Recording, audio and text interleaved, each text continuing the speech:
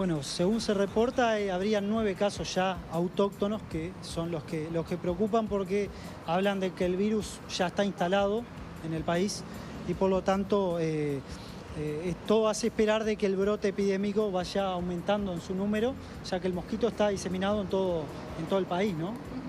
Bien, cuando hablamos de dengue, ¿no? El dengue como virus, ¿es un virus mortal? ¿No es mortal? ¿Hay diferentes tipos? Bueno, básicamente la gran mayoría de los infectados, el 75%, 80%, no manifiesta síntomas, pero de los que manifiestan síntomas, bueno, una leve proporción, la gran mayoría son casos de dengue leve, una mínima proporción evoluciona hacia un grado de dengue severo, dengue hemorrágico se llamaba anteriormente, y una mínima proporción, anualmente se estiman 21.000 casos, 21.000 muertes por dengue en el mundo, o sea que dentro de los virus transmitidos por mosquitos es el virus que más infecta y más mata en el mundo, ¿no? Nuestro país, que estaba libre de dengue hace más de 100 años, ¿no? Fue el último reporte del ingreso de esta enfermedad en nuestro país, ¿no? En la historia mundial, ¿hay algún caso de algún país en donde el dengue haya ingresado y luego lo hayan podido combatir? O, como decís vos, ¿no? Cuando algo es endémico es muy difícil de revertirlo. Sí, claro. En 1916, que fue el último brote de dengue en el Uruguay, se logró contenerlo. Y posteriormente incluso se logró erradicar en todas las Américas prácticamente el mosquito entre los 40 y los 60. Ahí Uruguay permaneció libre del mosquito transmisor hasta el 97 que volvió a ingresar y desde ahí estábamos en la situación de alerta porque en cualquier caso se podía dar un caso autóctono que diera lugar a un brote local, ¿no? Entonces, básicamente se ha podido erradicar el vector y se ha podido eliminar la enfermedad, pero de la forma que está diseminado el mosquito en todo el territorio es bastante complejo. Ahí está, vos decías en todo el territorio porque hay casos en el interior, en San José, en Salto, lugares también muy distantes. Sí. Bueno, eso abre la posibilidad de que se transformen en pequeños brotes en diferentes regiones del país, lo que de alguna manera dispersa. El brote estaba contenido en Montevideo, ahora bueno, se podría llegar a dar el caso de emerger casos en Salto, en San José, en otros departamentos y eso expandir la epidemia que hay de dengue en la actualidad, ¿no? Y en estos 10 años de investigación de esta enfermedad, ¿han habido avances así significativos referente al tema? ¿Hay vacunas? ¿Cuál es la forma de prevención? Bueno, vacunas, si bien hay alguna liberada, no provee tanta efectividad contra los 4 serotipos, hay 4 variantes. La vacuna tiene que proteger contra las 4 de la misma manera. Eso hasta el momento no se ha logrado muy efectivamente. Nosotros en el laboratorio lo que hemos venido trabajando es para ponernos a punto para lo que podía ser esta reemergencia, realizando o poniendo a punto métodos de diagnóstico molecular, que son los métodos más específicos para el virus, más sensibles, y hemos trabajado con otros laboratorios de otros institutos donde el dengue es endémico, sobre todo en Ecuador y en Venezuela. Actualmente estamos trabajando con un centro de patogénesis molecular en México, por lo tanto, nuestras investigaciones más que nada van hacia caracterización de las variantes, cómo son genéticamente y qué implicancia en la patogénesis pueden tener cada una de ellas, ¿no? Por ahí leí un artículo que decía que una vez que uno tiene dengue, sí, genera luego los anticuerpos y es casi imposible que se vuelva a infectar. ¿Qué pasa con este caso de Positos, ¿no? De esta señora que aparentemente ya había tenido dengue en los años anteriores o también malaria, que viajó al exterior y hoy en día tiene de vuelta sí, esta enfermedad? Bueno, hay 4 variantes, 4 serotipos de dengue. Vos te podés infectar con uno y generar inmunidad de por vida contra ese serotipo. El tema es cuando después te infectás con otro serotipo, puede ser aún más peligroso porque por un mecanismo inmune se puede dar lugar, no en todos los casos ni mucho menos, pero muchos casos secundarios están relacionados con casos más severos de dengue. Por lo tanto, en esta paciente particularmente, si tuvo dengue anteriormente, es de otro tipo al que se infectó actualmente.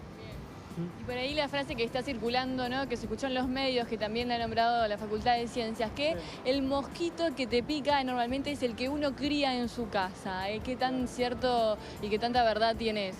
Bueno, básicamente sí, el mosquito tiene un rango de vuelo muy limitado y se restringe a la zona, al domicilio donde nace, si tiene las condiciones adecuadas para depositar sus huevos en agua limpia y estancada y tiene personas para picar, no va a ir a otros lugares, se va a quedar en esa zona. Por lo tanto, esa frase un poco grafica la importancia de cada persona de tener los recaudos necesarios para que en su domicilio no tener recipientes que puedan ser potenciales criaderos del mosquito y de esa manera tener menos probabilidad de que el mosquito ande circulando en su ambiente, ¿no?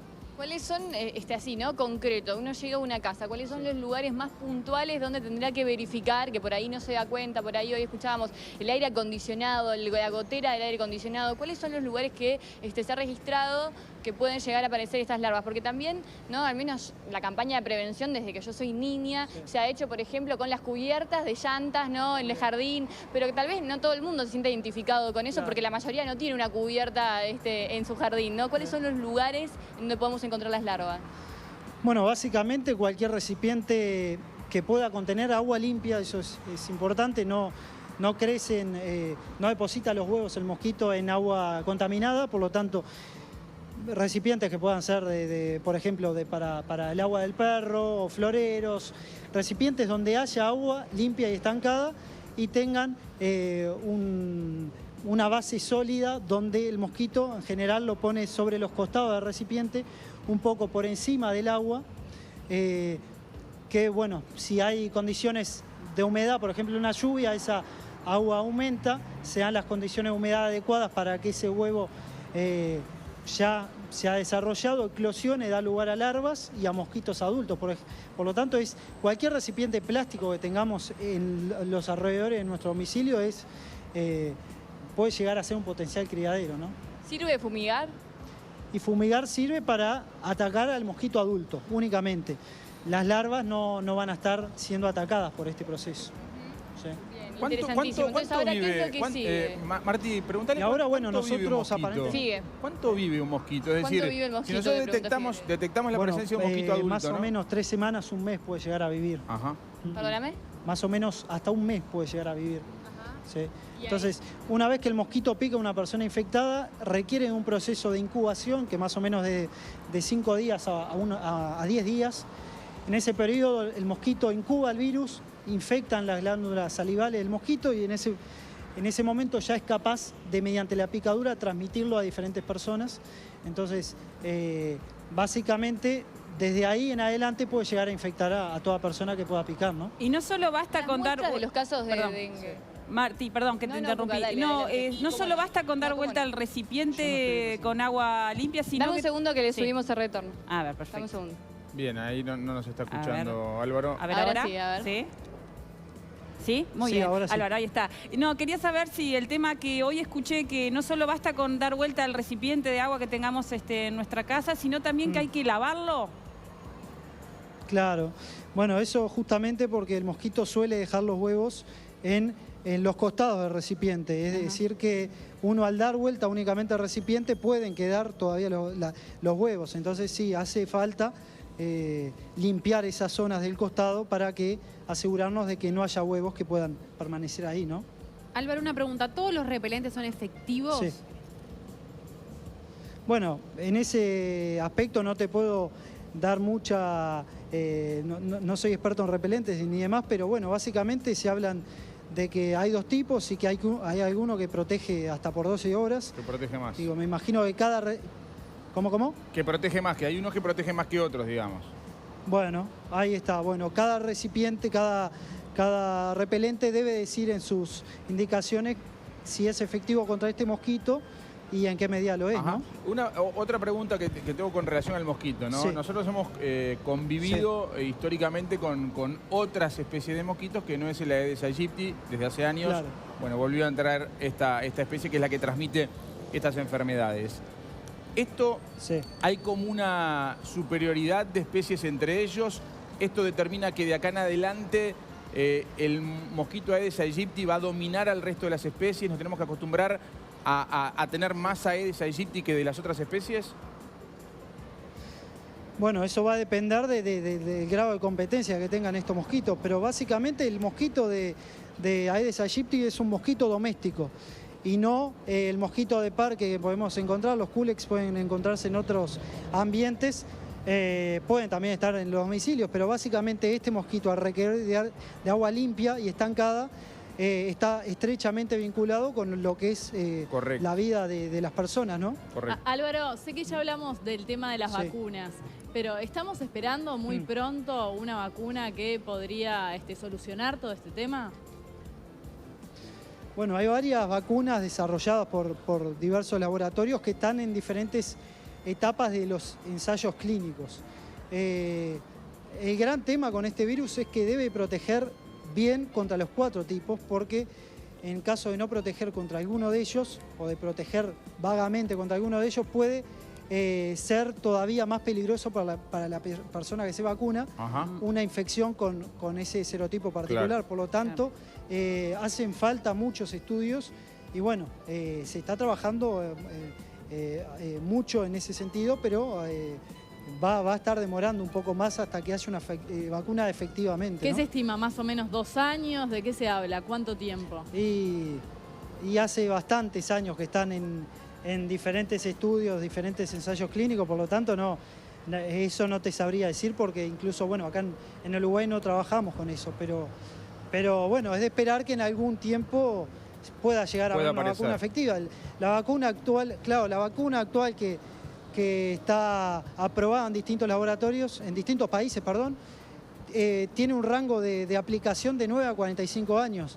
Eso deja expuesto a los niños, que son el principal, son los que corren con los más principales riesgos de... Claro, los más vulnerables en este sentido, ¿no? Álvaro, la gente nos pregunta, ¿qué pasa con las piscinas? Viste que las piscinas son, bueno, por supuesto, recipientes enormes de agua. Las piscinas no. Porque el tema del cloro, digamos, es efectivo contra las larvas, contra el mosquito. Claro, ya al tener cloro no tendrían posibilidad de ser criaderos.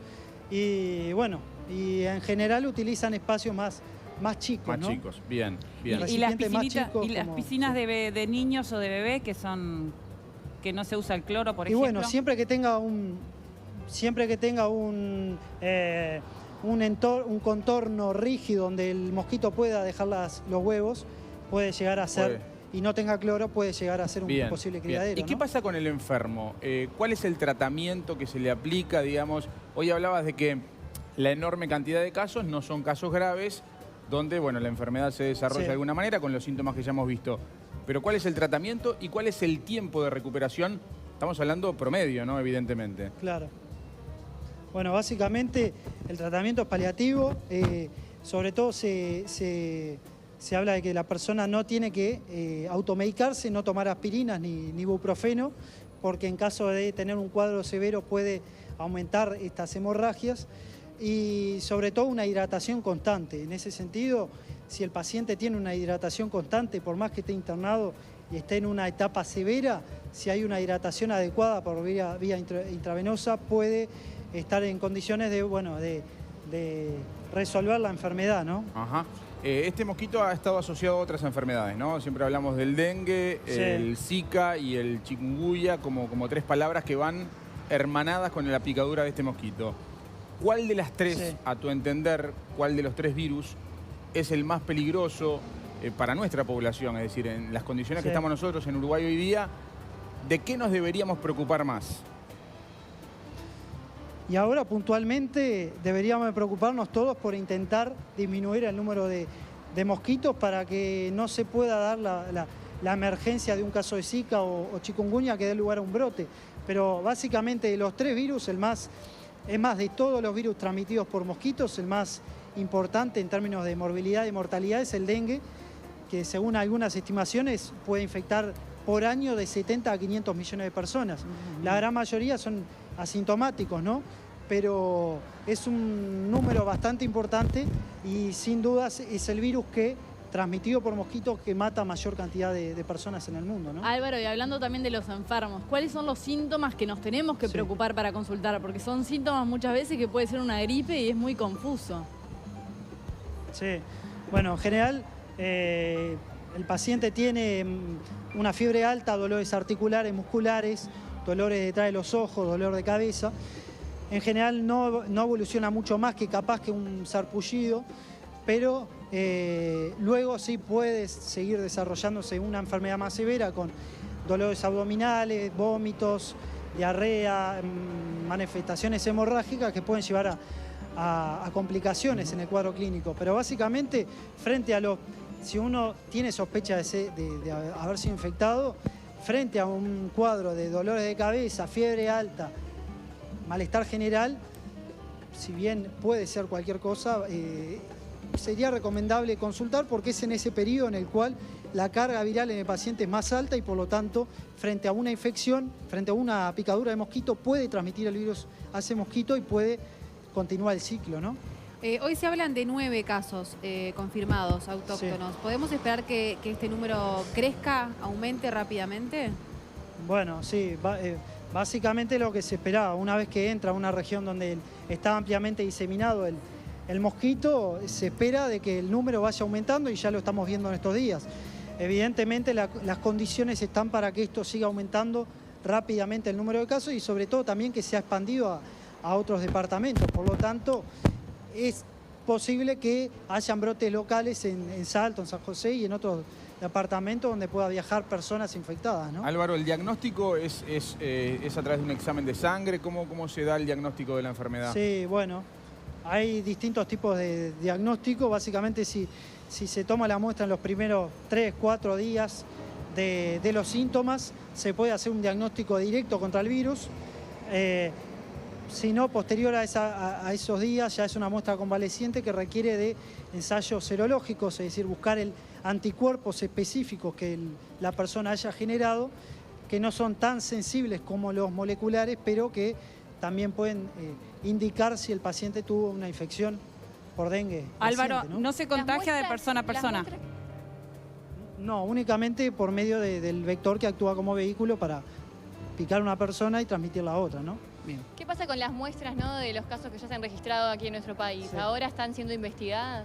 Bueno, el Ministerio, tengo entendido que las va a enviar a la Facultad de Ciencias, estaba en ese proceso, pero requiere de unos protocolos de consentimiento informado de los pacientes y demás, que lleva un tiempo. Por lo tanto, es esperable que lleguen en estos días, pero hasta el momento no hemos tenido novedades. Otra pregunta que está llegando a través del WhatsApp es el tema de las peceras. Sí. Mucha gente tiene peceras en su casa, sí.